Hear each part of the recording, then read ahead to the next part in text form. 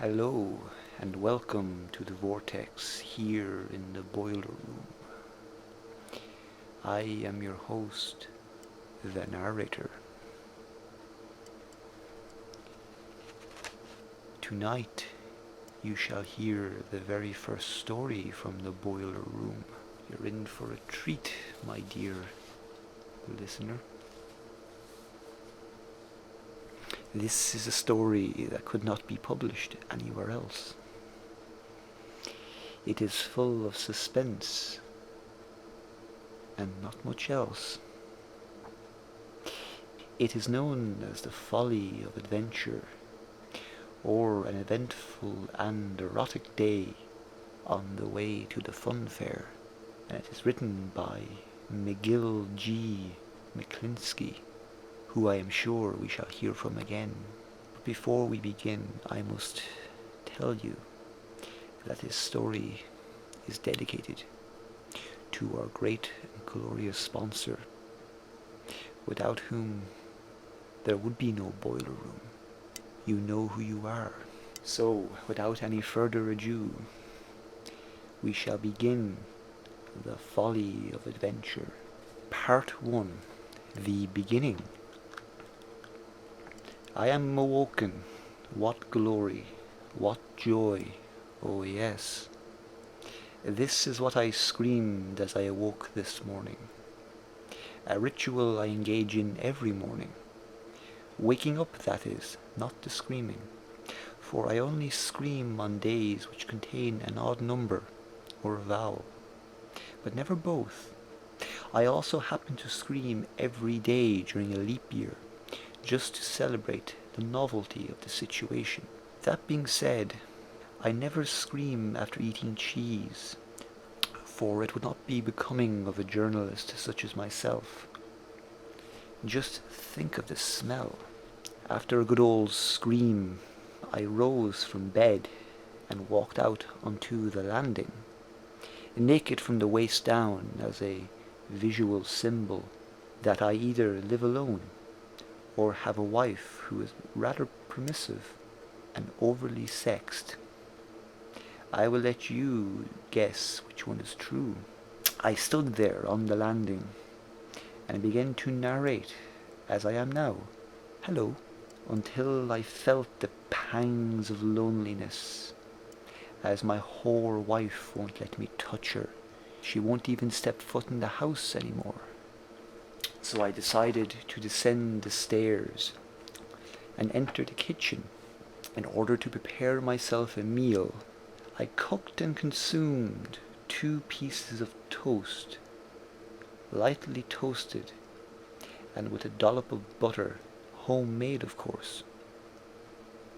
2 boiled eggs, duck eggs that is, and a glass of black tea, as my whore wife had smashed all the good china last week, and a journalist such as myself could not possibly drink out of the plain china.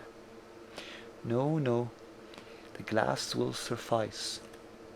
Now let me give you a tip from my days in the army.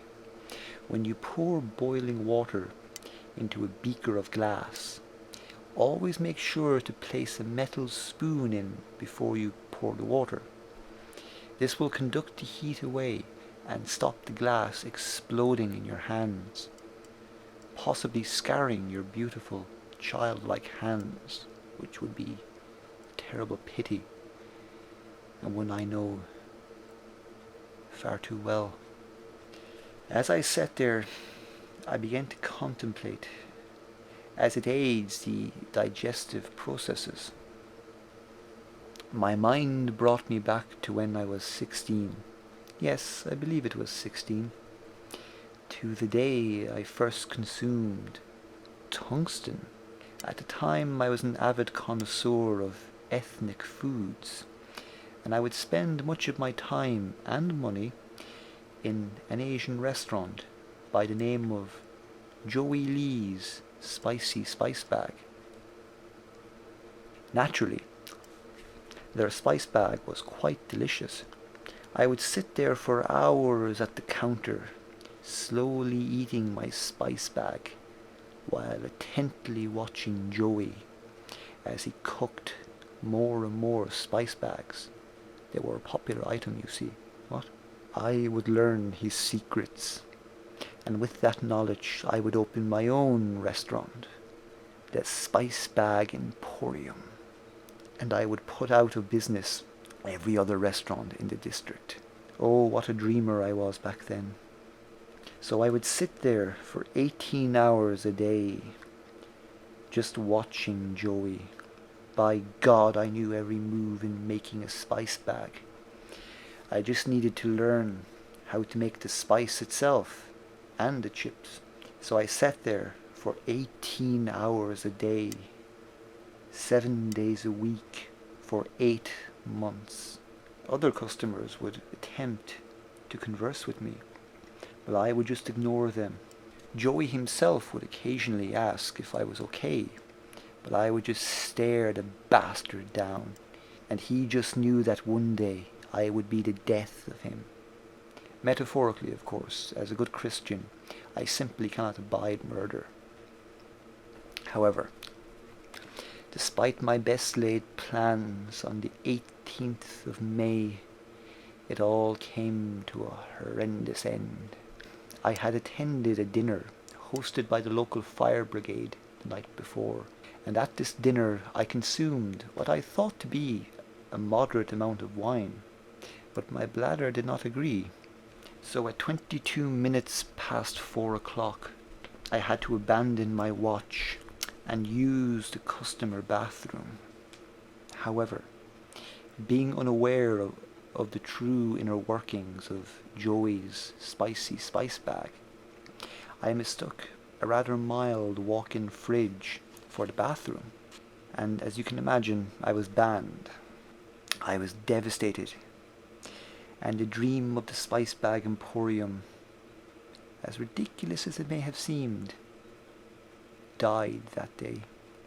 I found that my sorrow was so great, so ever-present, so all-consuming, that I literally could not move my legs. I later found out that this was caused by gout, brought on by the rich meats of the spice bags I was consuming on a daily basis, and not grief-induced paralysis, as I had first thought. But nonetheless, I was in a sorry state. My condition brought with it a series of strange dreams, and it was in one of these dreams, which I believe was actually an old memory, that I remembered the healing qualities of tungsten. It was the local witch doctor, Joseph Johnson, who told me one day, many years ago, in Joey's spicy spice bag, during one of his hilarious but moving epileptic rants. With this memory in hand, I crawled my way to the local hospital, where I asked witch doctor Joseph Johnson for some tungsten. He thanked me for thinking of him and called his brother Bartholomew Johnson, who swiftly delivered the tungsten. Now, I had no money to pay for my lovely tungsten, as I'd spent all my money on spice bags and Joey's spicy spice bag. Joseph Johnson, being a kind and enterprising man, allowed me to pay off my debt by working for him every Tuesday evening. He even gave me a wheelchair, because he likes to take care of his boys. But that's a story for another day. Anyway, I took the tungsten and went home, where I dissolved it in water and added a drop of honey for flavour. I then drank it while listening to the soothing sounds of my river. After this reminiscing, my breakfast had been adequately digested. I picked up the newspaper, which had been left on the table by myself the previous night, as I'd been too tired to read, and I noticed on the front page that the Funfair was in town. I said to myself, I am rather bored, And I'm still somewhat hungry. That toast and those duck eggs didn't really fill me. I really ought to go to that funfair. I mean, it's only in town for a few days every year. I really ought not to miss it. So I said yes, I'll go visit the funfair. I had nothing else to do today. So I rose from my chair and I left the building. To reach the funfair, I had to walk along the promenade down by the sea. It's a rather pleasant walk, and I usually enjoy it, as I did today. During the walk, however, I bumped into my old acquaintance, John Ignatius Parkland. So naturally, I stopped and conversed with him for a few moments, as is polite. And besides, I enjoy his company. We talked about sweet nothings briefly, until eventually the subject turned to snooker.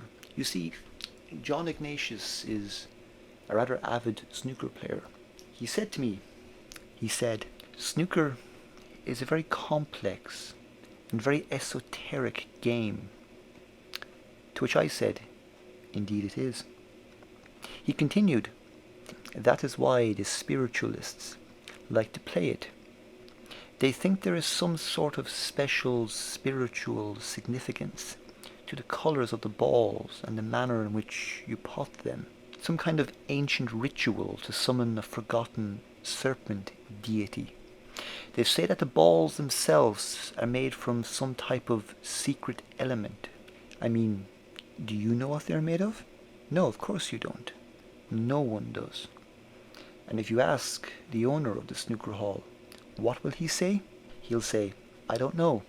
And if you push him on the matter, he'll say something along the lines of, I don't know, maybe some kind of polymer. Do you know where the word polymer comes from? Poly is from the Greek, and it means many. Meros is also from the Greek, and it means a snake. Together they form the Greek word polymeras, meaning having many parts, a many-parted snake. Now isn't snooker interesting? Before I could answer, we were approached by a mutual acquaintance, Joey John Joe Mortard. He stood before us and he said, Joey John Joe Mortard, he ain't got no hands and he ain't got no feet, but he can and will feed off of your sorrow. And that ain't no treat, or is it a threat? I no good with talk after 25 word. At this point, he just stopped speaking, as he had said more than 25 words, or at least that's what he believed. I'm not in the habit of counting people's words. It's not becoming of a journalist such as myself. So anyway, Joey John Joe Mortard stepped forward and whispered with a voice so squeaky you would almost think he had removed all of his chromosomes and polished them with bleach and lemon juice before returning them to their receptacle. Unfortunately, our hero, that being me, did not possess the key attributes of a scholar, that being eccentric hearing and something else. But he did pick out a few words, or should I say, a collection of nouns and verbs and the occasional adverb, held together with a bastardized yet understandable syntax, that most eloquent and indomitable mix of Middle French and Saxon which we call speech. He said, Yamada na kaya, or something like that. Now no one is quite sure what Joey John Joe Mortar whispered that day, in part because of his high-pitched, squeaky voice, in part because of his physical deformities which make him rather difficult to understand. But it seems to have been some sort of dimension-bending incantation, almost certainly of an ancient origin, as these things usually are. I say this because the moment Joey John Joe Mortared had finished with his whisperings, a rip in time and space opened before him. He then looked at the two boys, and with a wistful smile and a single tear, he walked into said rip. As I gazed at this mysterious and majestic sight, I realized how little I had to live for, and just how much I despised snooker. I would not let this chance go to waste. I spat on the floor, as is the custom of my people before engaging in a reckless and life-altering act of spatial and temporal travel. I then stepped into the portal. Now, most folks have it all wrong when it comes to transportational portals. One does not simply step through to one's destination. No, not at all. What you're thinking of is a space gateway, which is a completely different thing altogether, a product of rather mundane technology. When one enters a transportational portal, one must wait in a glittering void for between 2 and 20 hours, depending on one's destination. One must also pay with one's blood, between 2 and 4 pints. I sat there, suspended in the void, for 10 hours. It should have been 8 hours, but I chose to spend the extra 2 hours rather than give them 2.4 pints of my blood.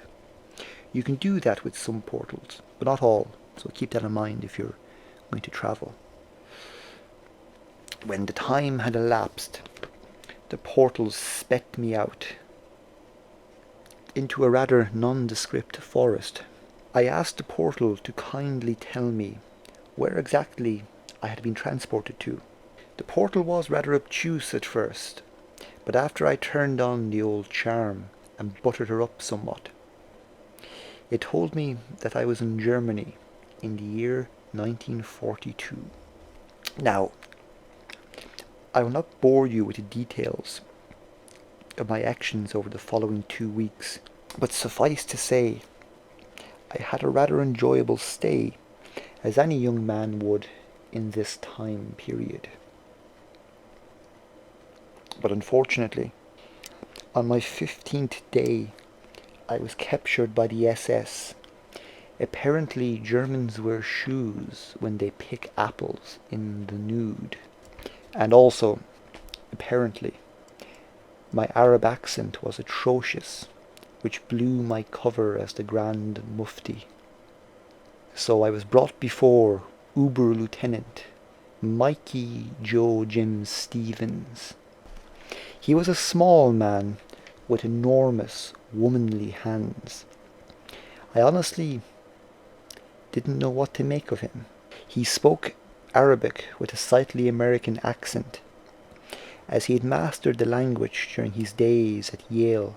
Oh, how long ago those halcyon days seem now, he told me one night as the Allies took Normandy. But that is a story for another day, as is the rather amusing story of our pillaging of the small village of Beauville. What times we had. Anyway, I decided to come clean to the Uber Lieutenant. So I told him that I was from the future. Surprisingly, he believed me. It seems they picked up Joey John Joe Mortared when he came through several weeks ago. It seems he beat a baker to death in the small town of Apple River as he tried to talk to Joey in German.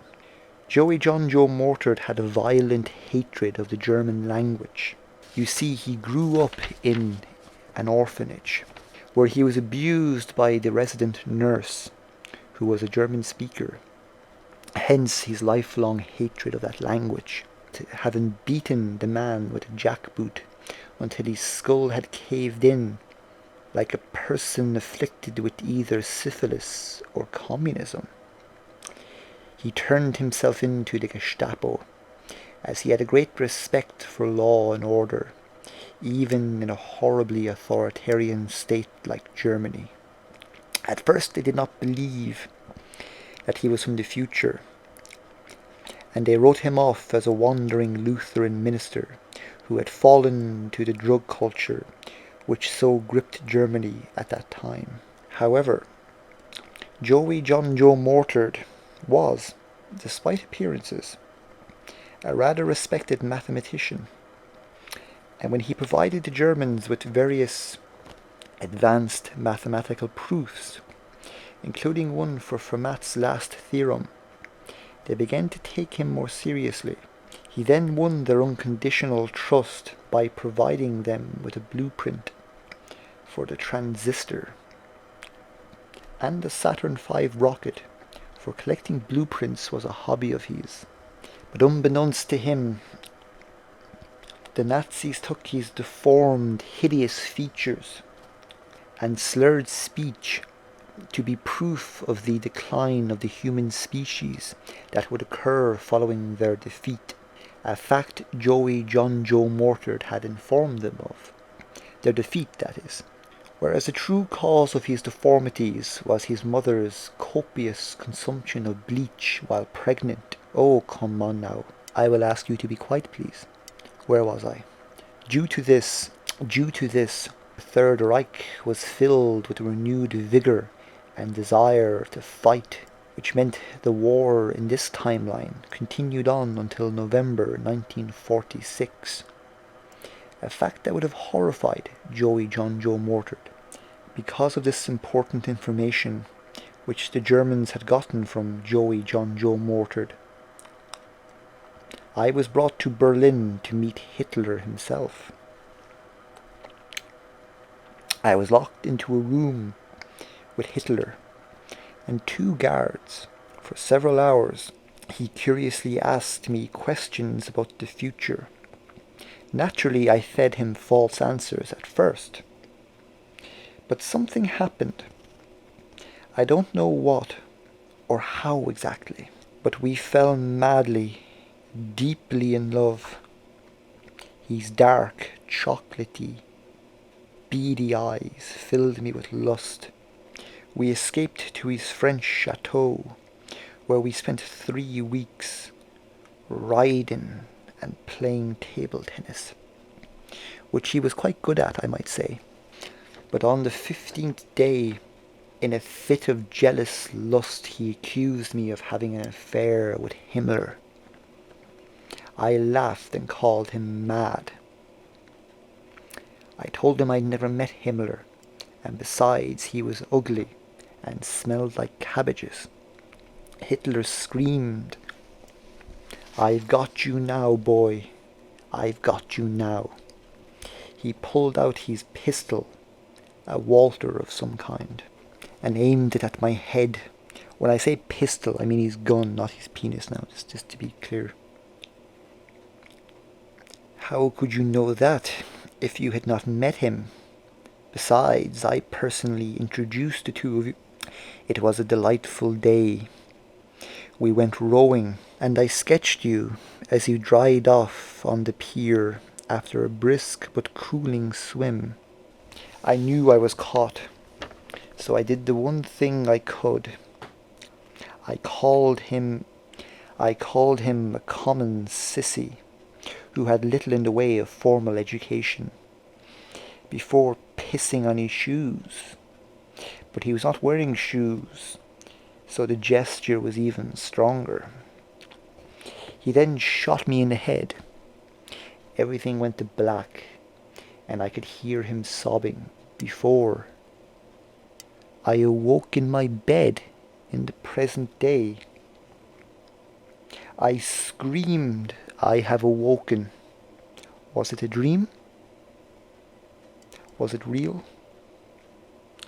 I don't know. But by God, I screamed, "I have awoken," with great vigor. Really? No. Okay, look. Wait, what? Okay, look. You're really going to end it like that?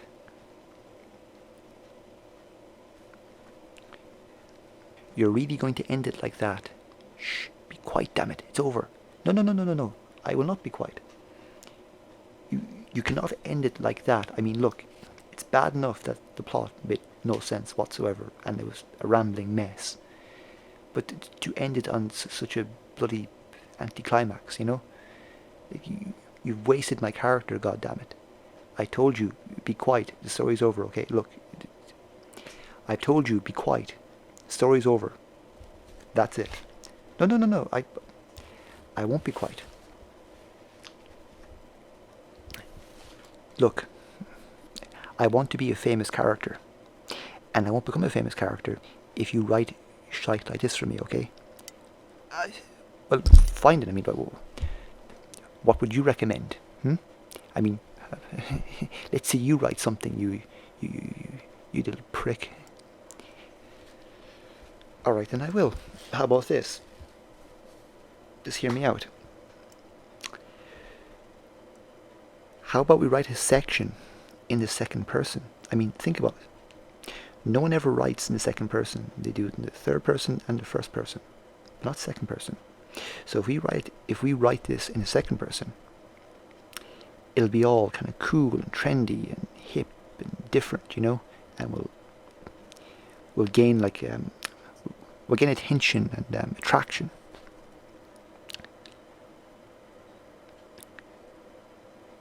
I mean, that actually could work. Right then. But the problem is, like, the story's over now, so just add in a prologue, you know. What happens after he wakes up?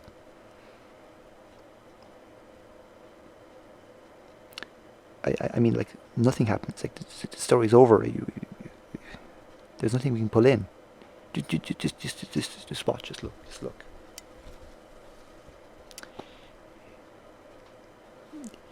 You are the protagonist of the story, a man bored and hungry, looking for meaning, but no one even knows your name. Is it an artistic choice, or is it a failing on behalf of the writer?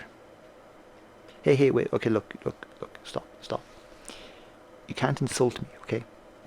Look, man, I'm not insulting you.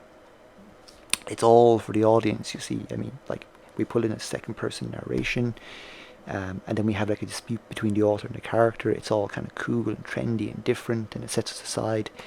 It gives us a good selling point. I don't care about selling points. You're not insulting me. You're my creation, goddammit. I control you. Hey. I'm my own person, goddamn you. No, you're not. You're my creation.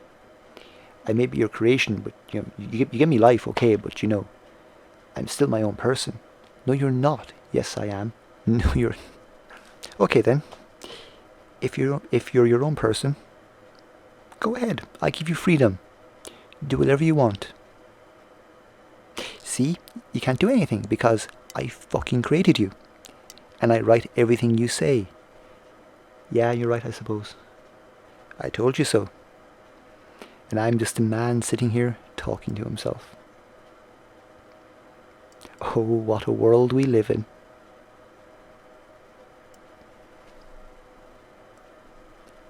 Part 2. The end.